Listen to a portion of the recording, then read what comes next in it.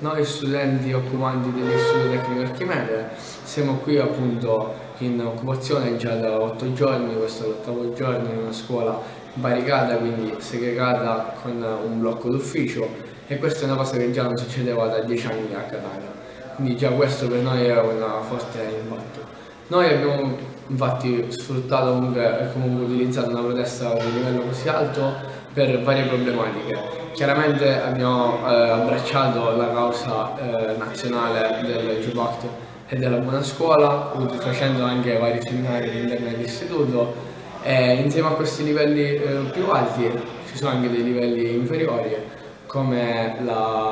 i problemi vari con il dirigente scolastico che non attua lo statuto degli studenti e delle studentesse. Quindi diciamo all'interno di questa scuola c'è un regime dittatoriale e non c'è una democrazia, non vengono rispettati i diritti del piccolo studente.